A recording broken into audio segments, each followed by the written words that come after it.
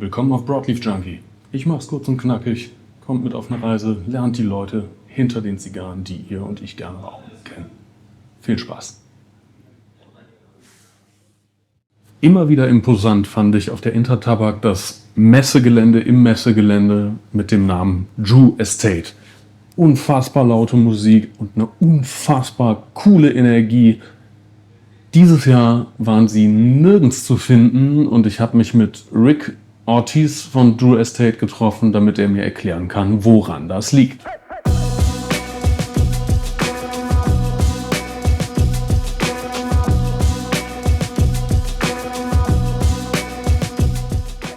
Well, let's start with tell us who you are, what you're here for, and why we're here and not over there. All right, so Ricardo Ortiz from Drew Estate International Sales. Been doing this 12 years, and this year we're not on the show floor. We're here at the hotel so we can concentrate on certain meetings with customers that we have. We're not meeting with everybody, just a little bit more of a focus with current customers that we have, or customers that may need a little bit more focus. But overall, it's still the same principle. Talk to our current customers, see where they're at, see where we can give them support. All right. How did you end up at Drew Estate? I saw a job opening a couple of years back. I'm like, oh, it's interesting. Let me see if I apply, actually get the job. I knew the brand from Acid, but I wasn't big into the Drew Estate. I just knew Acid as itself. I got the opportunity to become on board at Drew Estate, started as an assistant production for the US, and was able to move up through the company with several positions throughout the years to where I'm at now, where I've been the last few years as international sales. What were cigars for you before? Before, to me, they were more of I'm going to take a couple of minutes or half an hour, whatever the case may be, to just sit down, relax, or have a good drink and just relax for the most part, to be honest with you. Okay, it's just for relaxation. Yeah, it wasn't like, oh, I want to smoke it because, no, it just didn't matter the brand or the cigar. I just wanted to enjoy the moment. So, and right now, what do you like about it? With the cigar or?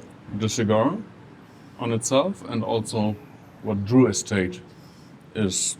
On the cigar itself, out. I think to me, the cigar itself, it still haven't really changed. I do it just to relax, and having a good time, good conversation with somebody. On the Drew Estate side, I find that it's become more of like a brotherhood as far as inside Drew Estate and outside Drew Estate.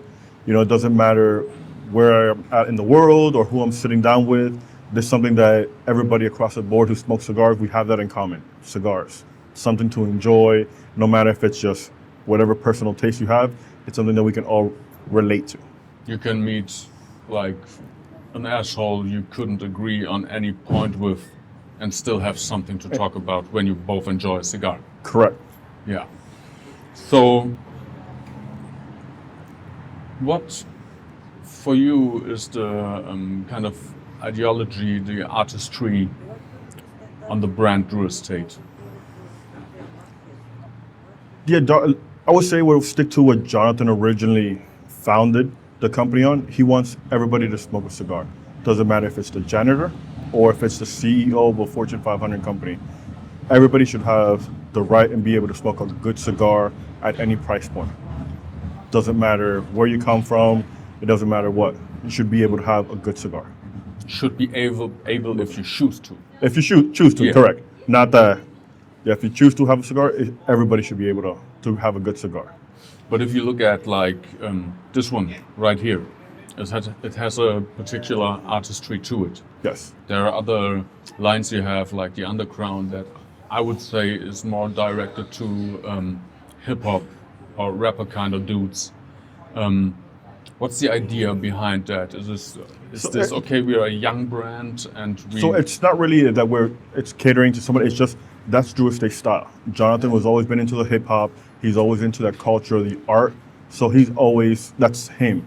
And that when he started the company, he made sure the company was their foundation. That's their lifestyle. That's our lifestyle. So that's why it doesn't matter, like Deadwood Dominicana, it's great artwork, to have a nice sweet cap, but it still follows that Drew Estate lifestyle. We're the oddballs. We're the ones that, came out with the infused products. We're the ones that when you go to any trade show, we have the loud music. Normally you would catch me in my pink suit, but I didn't have it today. So each one of us have our unique taste. So as a company, we still stand as that's our image. It's not really our image that we're trying to portray. That's us at the end of the day. That's who we are. So basically, you're always going with the claim, the rebirth of cigars. Yes. Yeah. So you're with Drew Estate for 12 years now. Yeah. And there were a lot of big changes to Drew Estate as well as the industry itself. Yes. In this time. How do you, as a person as well as the company, navigates through all those obstacles? I said we're coming up to like new challenges. A company adapts. It's at the end of the day, it's just another speed bump in the road of life. So we make sure that we adapt to the particular situation, and we stay true to our beliefs and what made Drew Estate Drew Estate. We're, like Jonathan says, unapologetic of who we are.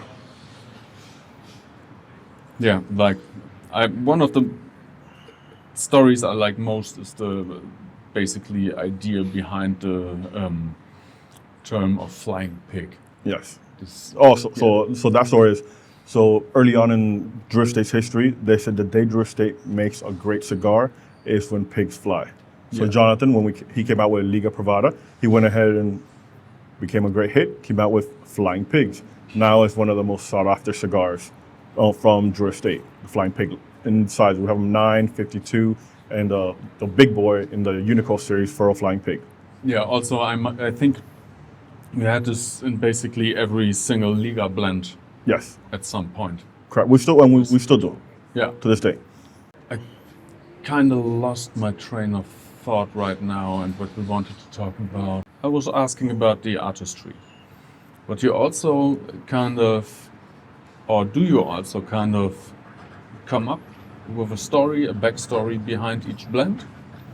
We don't really come up with a story. We just say, how did we actually create this cigar? It's not like, okay, typical companies out there says, oh, let's make a cigar to hit this price point or this blend. It's just, honestly, is what inspires Jonathan and the creative team. This cigar in particular, Jonathan was doing several trips to the Dominican Republic. He fell in love with the culture, he fell in love with the people, and while he was there, it helped inspire him to come up with the Drew Dominicana, Deadwood Dominicana. All right, but if you look at the underground, it has some kind of the story of, okay. So underground became first, the factory rollers started smoking too much Liga. And Liga at that particular time, which it still is, very limited. So they were asked to come up with something that didn't use the Liga. And that's where Underground was born. And then you, boom, have a backstory. And then there is another thing, the Blackened. Also, Blackened is... The project itself is the backstory. Which is the truth. We're not here to make a story, it's the truth. Like, Blackened, how you saying, was James Hetfield, Jonathan Drew, and Rob Derrick from Blackened Whiskey. They all sat down. James Hetfield worked with Jonathan to come up with a blend. And they worked together for, I believe, 2 to 3 years to come up with those great M81 and S84 that we currently have on. And James Hetfield, you'll catch him on his social media, at any concert, and he actually is smoking the cigar because it's a cigar that is passion to him, and it's what he really enjoys. So with every single Drew Estate cigar, the cigar itself is the story. Yes. So you have some common ground to talk about too. Yeah. Then from here, let's go to what is the cigar industry or this culture to you? To me, it's tradition, family, friendships. It's, I think inside and outside Drew Estate, there's something that I've made plenty of friends outside, with other companies and throughout the world, just coming across people like you and me. It's just, we didn't know each other until a while ago. And it's just what brought us together, cigars. And if you use the term family, you're not speaking about this concept of these are my parents, those are my families, kids, but the ideological family that you find over certain things. Yeah, a perfect example, I have friends in Bulgaria that we met when we had an event out there. And to this day, they call me on my birthday, I call them on their birthday, and we're halfway across the world. And it's just something that we stayed in touch. They ask how I'm doing, how my kids are doing, and vice versa. And it's just something we'll probably only see each other once a year. But I actually stay more connected with them than my real family. And I mean, like, for blood family. So Yeah. it's something that the cigar industry and itself, I've been able to, and I think that's as a whole, we've been able to connect, have one thing in common. Yeah, and given that, when you see or look at the obstacles, like the government around here is trying to incorporate new taxes to make it more difficult or more pricey to have a smoke, and by that try to re-educate us as a consumer to don't do that because you have to be healthy and because it's unhealthy, Yes. as they say, Yes. because they think it's in the same category as a cigarette. And speaking of that, this is something that comes with another category because it's an flavored and infused cigar. Would you say this is something that will hurt us? With us, I mean us as a culture, me as the consumer, or you as part of a brand that is living off this. So it's like anything in life. We have our obstacles, and the government in every country across the world always tries. But it's at the end of the day, we all know it's something that we want to do. It's not something that like you're forced to do, or that it's a habit. It's something that you want to do, and it's enjoyable. So yes, our government's making it harder, and they're saying that it's not healthy for you. But at the end of the day, there's food nowadays. It's not healthy if you start looking at ingredients. Everything is not healthy for you nowadays. So if you had something to pick, if you want to sit down and have a good cigar, why not? Yeah, and you choose if it's too much or not. Exactly. You can On the other control. Yeah. Like on some unhealthy foods, yes, some people choose to eat bad healthy food, non-healthy food. So you can look at it in any aspect, as far as food, what you're drinking, across the board. So I look at it as everything's unhealthy. Why not have a cigar and enjoy? Yeah. Yeah. What do you think you, as a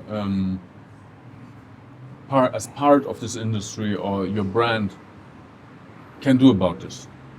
Or what are you actually doing about this? So we're always working with lawmakers, across the world to make sure we comply with their demands, but also educate them as far as, look, this is what we're doing. It's not we're not focusing on certain markets. It's just, as far as demographic, it's across the board.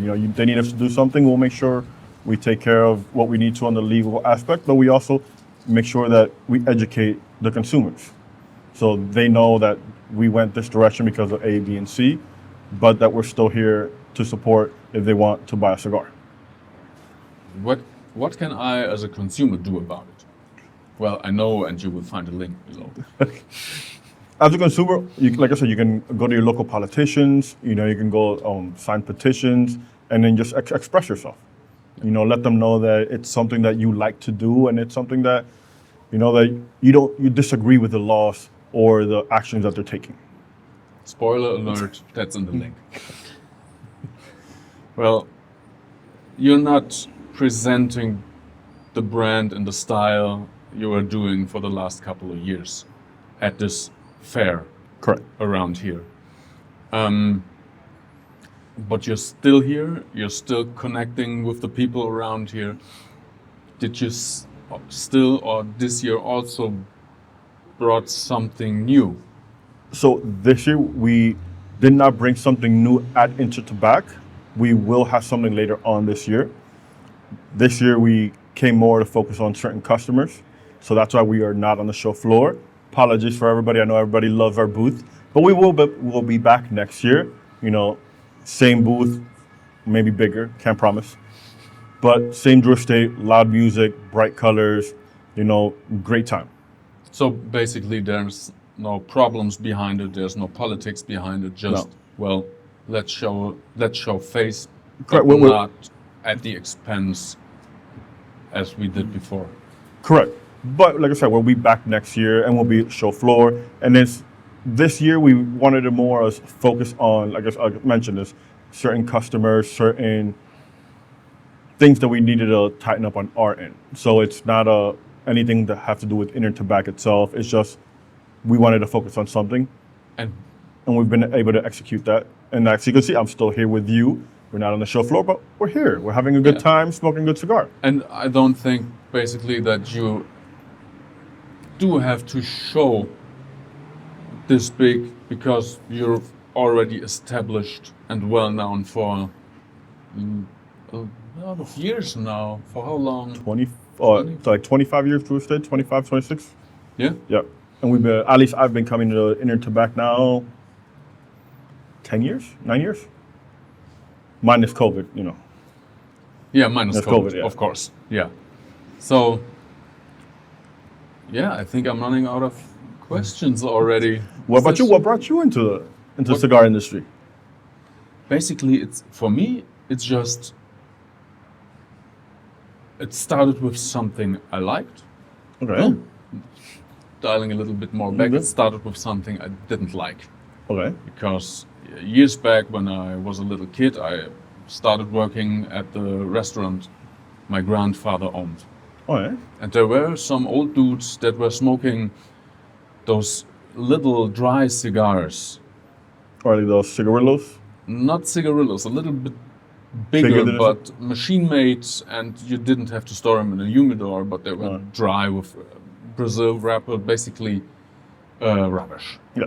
And they stank so much that I disliked that a lot. And a couple of years later, my brother brought me a cigar because I'm a huge bourbon fan.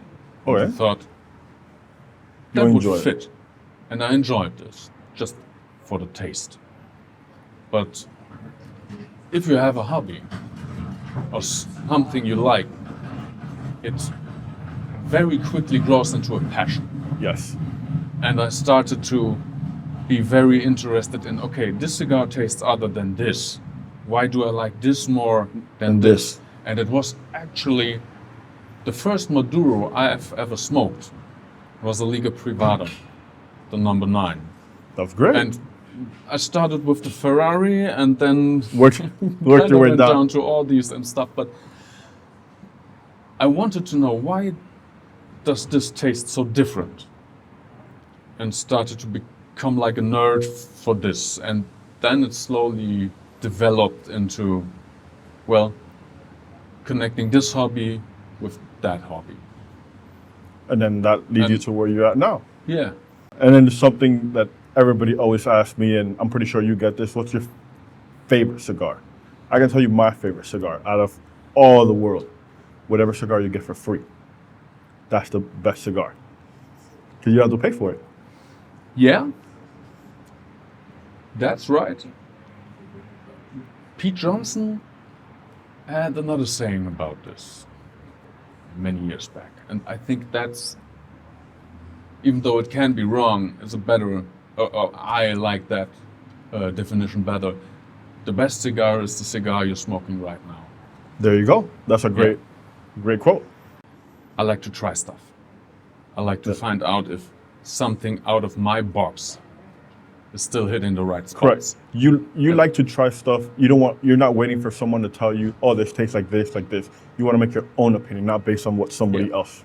And do I like it even though on paper I wouldn't? So. Correct. You make your own opinion. And that's how it should be. It shouldn't be, oh, I don't like it because so-and-so said no. No. Once you like it, not what somebody else said. What makes you like, maybe on paper, like you said, you don't like it because of what you see on paper. When you actually smoke it and you see, it completely will change your mind. Yeah. And I like my mind to be changed about stuff. And we all do. Yeah. To be able to give an open mind, try new things that you wouldn't normally try. You have to keep an open mind, and basically everyone around here told me you have to constantly learn. And I have a philosophy that my dad taught me very young. you will learn until the day you die. You're not going to know everything. There's always something out there that you're going to learn till the day that you die. You'll learn something, and I think as all of us, we're always going to be learning something. It doesn't matter if it's whatever the case may be. Always learning, always growing as a person. Yeah, and then we're back to it's about people, about persons. Exactly. Yeah. Thank you very much. No, anytime. I said, if you have any questions, anything, I'm always here for you. You know, if you need more cigars, I got you. All right. You guys have a good one. See you guys on the internet. Die EU möchte Zigarren und Zigarillos genauso wie Zigaretten und andere Tabakprodukte höher besteuern. Noch, also bis Ende Oktober, können wir aber über folgenden Link, den ihr unter dem Video findet, kommentieren und unsere Meinung an die EU-Kommissionäre, die dafür verantwortlich zeichnen, herantragen, dass man Zigarren als Genussmittel anders behandeln sollte als Zigaretten und dementsprechend aus der kommenden erhöhten Besteuerung ausnehmen soll. Geht hin, kommentiert, gemeinsam können wir es schaffen. Danke euch. Wenn es euch gefallen hat, guckt euch die anderen Videos an, liked, teilt, kommentiert, folgt mir, wenn ihr wollt und genießt eine gute Zigarre.